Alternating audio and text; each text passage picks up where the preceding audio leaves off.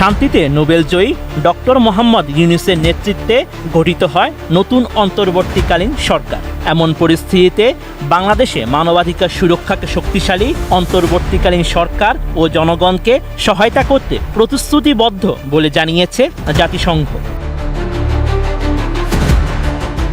সম্প্রতি সংস্থাটির নিয়মিত সংবাদ সম্মেলনে এসব কথা বলেন জাতিসংঘ মহাসচিবের উপমুখপাত্র ফারহান হক। এ সময় আওয়ামী লীগের সভাপতি শেখ হাসিনাকে নিয়ে ভারতে বিভিন্ন গণমাধ্যমে বিকৃত তথ্য ও সহিংসতা উস্কানির মিথ্যা খবর নিয়েও কথা বলেন তিনি। সংবাদ সম্মেলনে এক সাংবাদিক প্রশ্ন করেন, সাবেক প্রধানমন্ত্রী শেখ হাসিনা দেখামাত্র গুলির নির্দেশের জেরে বাংলাদেশে যে নৃশংসতা ও প্রাণহানির ঘটনা ঘটেছে তা তদন্তে আগামী সপ্তাহে জাতিসংঘের একটি দল বাংলাদেশে যাবে। এ বিষয়ে জাতিসংঘ মহাসচিবের অভিমত কি? জবাবে ফারহান হক বলেন, মানবাধিকার বিষয়ক হাইকমিশনার এবং মোহাম্মদ ইউনূস তাদের অফিস থেকে অন্তর্বর্তীকালীন সরকার এবং ক্ষমতা হস্তান্তরের জন্য যে সমর্থন দেওয়া যেতে পারে সেই বিষয়ে ব্যাপক পরিসরে আলোচনা হয়েছে, যার মধ্যে জবাবদিহিতার বিষয়গুলো অন্তর্ভুক্ত।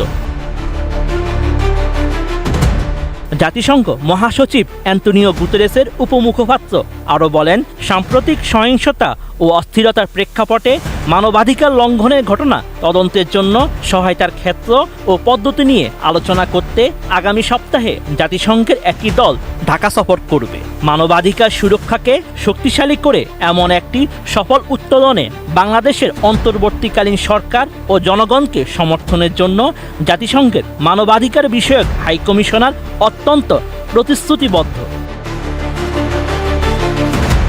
সাংবাদিক জানতে চান, বাংলাদেশে অন্তর্বর্তীকালীন সরকারের প্রধানকে জাতিসংঘ তাদের একজন অংশীদার মনে করে। এমন বিবেচনায় বাংলাদেশের স্থিতিশীলতাকে সমর্থন দিতে দেশটির সঙ্গে আরও সম্পৃক্ততা বাড়াবেন কিনা মহাসচিব? এদিকে ভারতে অবস্থান করে বাংলাদেশের সাবেক প্রধানমন্ত্রী বিকৃত তথ্য ছড়াচ্ছেন এবং সহিংসতাকে উস্কে দিচ্ছেন। জবাবে উপমুখপাত্র ফারহান হক বলেন, প্রয়োজন অনুসারে বাংলাদেশের সরকার এবং জনগণকে সহযোগিতা দিতে প্রস্তুত জাতিসংঘ।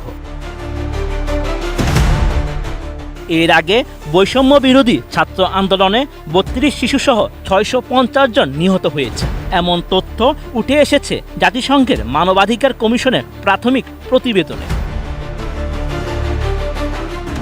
এতে বলা হয়েছে, ১৬ জুলাই থেকে ৪ আগস্ট পর্যন্ত মারা গেছে ৪০০ জন, আর ৫ থেকে ৬ আগস্ট মারা গেছে ২৫০ জন।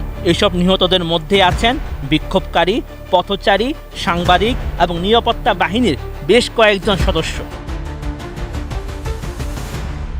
এমন পরিস্থিতিতে বাংলাদেশের সার্বিক শান্তিপূর্ণ পরিবেশ ফিরিয়ে আনতে ২১টি পরামর্শ দিয়েছেন জাতিসংঘের মানবাধিকার বিষয়ক হাইকমিশনার ভলকার তুর্ক।